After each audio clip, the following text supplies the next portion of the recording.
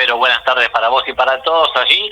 Sí, así como decías, ¿no? Se empezaron a leer comentarios en las redes sociales sobre algo que ya habíamos hablado con Federico Barone de Zoonosis, con quien estamos en este momento, y le damos la bienvenida, por un caso que me acaba de confirmar que ya se le dio el alta acá en Pinamar a la chica que estaba internada en el hospital, justamente por esta situación. Bueno, Federico, ¿cómo estás? Hola Seba, ¿cómo andás? Hola Vero. Hola, ¿cómo estás, Federico? Gracias por recibirnos. No, por favor, un gusto.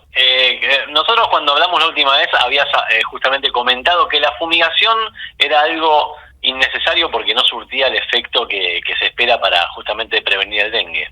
Exactamente, la fumigación es como una especie de herramienta desesperada que está en el protocolo de dengue actual, el último del Ministerio de Salud, que se aplica para casos muy puntuales, donde hay un brote con muchos casos, que están en el periodo de viremia. Viremia se llama cuando la persona infectada tiene el virus en la sangre y puede ser susceptible de ser picada por un mosquito y ese mosquito a su vez transmitirle a vecinos o a alguien cercano al lugar. Entonces, para esos casos que se llama control de foco epidemiológico, es para cuando queda reservada la fumigación, que también es, como decía acá Sebastián bien, es una maniobra que no es 100% útil porque se estima que mata de entre un 25 a un 30% del mosquito adulto circulante, ¿no? Lo que se busca hacer con ese control de foco, en los casos que es recomendable aplicar, por los tiempos de viremia, por los tiempos de internación del paciente, por cuándo fue el contagio, por dónde fue el contagio, bueno, entran un montón de variables que hacen que se tenga que fumigar o no. Nosotros estamos obviamente al tanto de cada caso, porque estamos en contacto con el sistema de salud, para que nos digan si hay alguna sospecha, si hay alguna confirmación, y en función de eso evaluar si hay que hacer la fumigación o no. Fumigación preventiva, que se escucha mucho últimamente, no está indicado hacer, y habíamos explicado la otra vez que muchas veces la fumigación trae un efecto contrario al que uno pretendería que funcionara, ¿no? Que sería eliminar a todos los mosquitos. Justamente se eliminan muy pocos mosquitos adultos de todo tipo y especies que a su vez se alimentan y disminuyen la población de mosquitos. O sea, es un daño al medio ambiente que si se puede evitar hacer, tanto mejor. Federico, primero consultarte sobre la persona que dio positivo al dengue y que estuvo internada en el hospital. ¿Dónde contrajo la enfermedad? Fue un caso importado, tengo entendido por la gente del hospital que la ha atendido, que es una mujer joven, 20 años. Viajó a Buenos Aires y por los tiempos del virus y la presentación de síntomas, es claro que se ha contagiado allí. Lo bueno es que tuvo, lo bueno en cuanto al sistema de salud me refiero, ¿no? Lógicamente no es bueno que nadie se contagie, pero me refiero a que el sistema de salud estuvo muy atento. Esto lo habíamos hablado la otra vez en el contexto de este brote grande que hay en el país. Entonces, con un caso leve, porque fue un caso leve, por suerte, que tuvo esa persona, que ya está de alta, felizmente, sin riesgo de contagio alguno ni nada. Uh-huh. En este caso, el sistema de salud tomó cartas en el asunto rápidamente, y un caso leve se puede confundir con cualquier tipo de enfermedad viral que produzca una febrícula y algunos dolores articulares. Imagínense que la lista de enfermedades que puede producir eso son muy grandes. Sí, por eso están recomendando que se vacune contra la gripe y demás, como para evitar este tipo de cosas. Vos sabés que me hace acordar esto del dengue a lo que fue el inicio de la pandemia y del COVID, que hacíamos un montón de entrevistas y empezaban a circular un montón de audios diciendo qué se debe hacer, qué no se debe hacer. Tengo algunas preguntas para hacerte, si a vos te parece, que tienen que ver justamente con estos audios que estaban circulando. En primera instancia, consultarte si coincidís con lo que decía el ministro de Salud de su momento, Ginés, que estaba más preocupado por el dengue que por el COVID. Bueno, el dengue es una enfermedad que con el correr de los años ha demostrado que se hizo endémica en el país.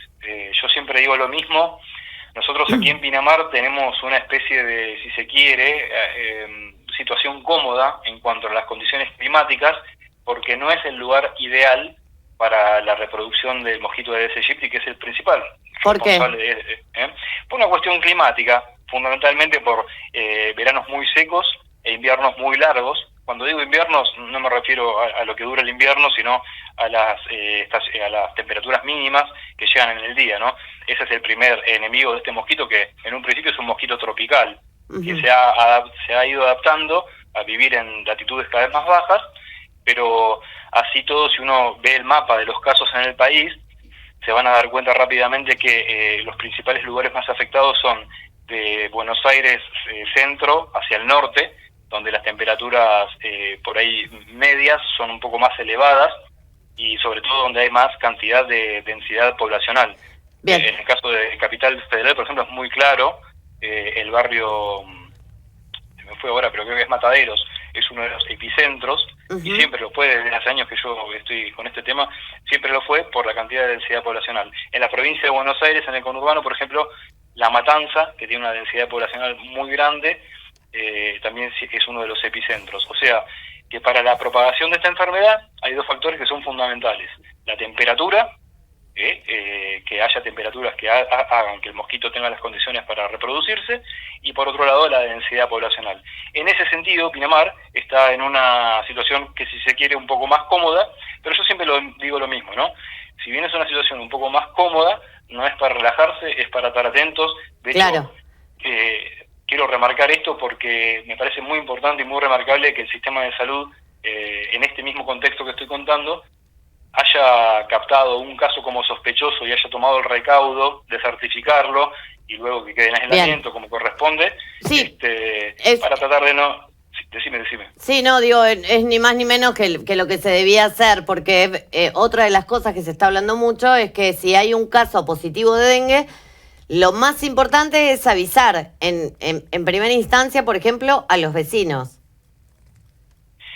En realidad, los primeros, con el caso positivo, los primeros que se ponen, hay un protocolo, como yo no sé si te explicaba la otra vez que hablábamos contigo, o no me acuerdo si lo conté, pero hablaba con alguien y le contaba que hay un protocolo que se sigue, que es más allá del aviso, es de acción inmediata, para ver si es necesario fumigar, aislar o qué medidas tomar en el lugar donde sucedió. Los vecinos siempre deberían estar al tanto de lo que tenemos que hacer para que no tener al mosquito en nuestra casa, ¿no? Que es lo que siempre machacamos, que es la única herramienta importante que tenemos hoy, al menos contra el dengue, que es evitar la cría en nuestra casa y en los domicilios vecinos, porque es un trabajo comunitario, es en conjunto. Claro, decían también, y te consulto, que por ejemplo el agua para las mascotas hay que cambiarlas 4 veces por día y sí o sí lavar estos cacharros con agua muy caliente. Bueno, el agua caliente no es necesario. Si se hace una buena limpieza una sola vez por día, no dan los siglos para que el mosquito se reproduzca. Con una sola vez por día está bien, incluso algunos dicen que hasta 2 veces por día, pero no nos cuesta nada. Inclusive también es bueno para nuestra mascota limpiar el agua todos los días, para que tomen agua más pura.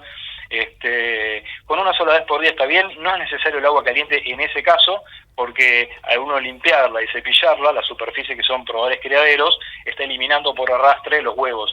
No hace falta. El efecto del agua hirviendo o caliente se refiere, por ejemplo, ustedes han visto en algún institucional, cuando lo tiran en las rejillas, agua caliente y esas cosas, se refiere a la degradación del huevo. El agua hirviendo puede degradar el huevo y hacerlo no óptimo para la eclosión posterior. El huevo es una forma de resistencia juvenil del mosquito que está ahí latente, esperando para que las condiciones de temperatura y humedad sean las óptimas para poder eclosionar. Eclosionar es nacer, ¿no? Sí, claro. ¿Qué pasa con los inodoros? Los inodoros normalmente tienen agua corriente constante.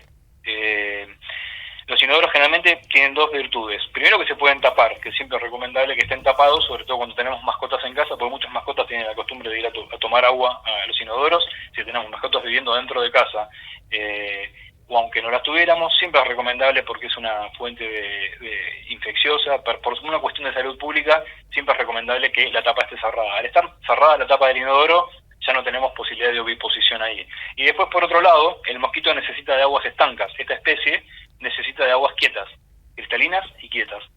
No es el caso del inodoro, donde normalmente todos los inodoros de todas las casas tienen descargas diarias. Bien. ¿Hasta cuándo el OFF, el espiral y todas estas medidas preventivas? El OFF, el espiral son medidas preventivas muy buenas. Realmente yo es difícil mi situación, porque por un lado quiero llevar un poco de tranquilidad, pero tampoco quiero pecar de demasiado tranquilo, ¿no? No, y que tampoco la gente, tampoco nos relajemos, digamos. Exacto, es lo que yo siempre les digo. Pero tampoco tener pánico, ¿viste? Como claro, como... no hay que tener pánico porque acá no hay circulación viral, a pesar de este caso confirmado, que ya felizmente está de alta. Te estamos perdiendo, perdón. ¿Nos podés repetir porque no te escuchábamos? ¿Hola? ¿Me escuchas ahí? Ahora sí. Bueno, te decía que a pesar de este caso, sí, nosotros, que confirmado, que felizmente fue un caso leve y ya está de alta, nosotros seguimos en el estatus epidemiológico de no circulación viral, porque este fue un caso importado que se pudo aislar y no hubo desencadenante de más casos. Sí. Entonces, podemos decir que estamos en la misma situación epidemiológica. ¿Eso es bueno? Sí, es bueno, porque en realidad ahora justo estamos entrando en la época de ya bastante fresco, hay mínimas muy bajas, y eso es, para el mosquito del dengue es realmente una pésima noticia porque no le hace para nada bien y los deja en latencia. ¿Eso quiere decir que no vamos a tener más mosquito del dengue en Pinamar? No quiere decir eso. El mosquito del dengue de Pinamar va a estar siempre. El Aedes aegypti ya vive entre nosotros, va a estar siempre y va a quedar latente durante nuestros largos inviernos, esperando para que el verano empezara a nacer y ver si encuentra algún contagiado para poder seguir su ciclo de reproducción viral.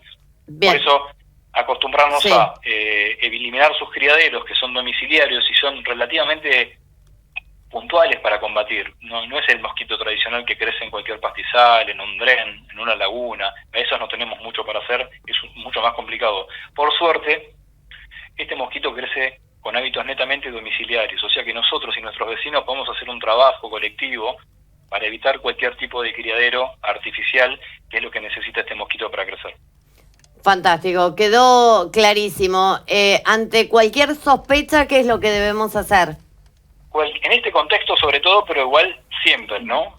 Siempre antes de tomar algún tipo de medicación o antes de decir, bueno, esto es una gripe, me resfrié el fin de semana, jugué al fútbol, me mojé, sí, cualquier cosa que nos pueda haber producido una especie de resfrío o algo que nos tenga en un estado símil de gripe, bueno, siempre es conveniente, y sobre todo en este contexto, ir a la guardia del hospital y hacerse ver por un profesional, que es el que va a tener las herramientas para determinar si nos quedamos tranquilos, si se puede tratar de un cuadro febril normal por una gripe o algún resfrío o a veces COVID. Por otros temas, o por alguna infección. Algunas veces uno puede tener, no sé, fiebre por una infección urinaria, por darte un ejemplo, sí, claro, por lo que fuera, o COVID también, que hoy cursa felizmente normalmente como una gripe.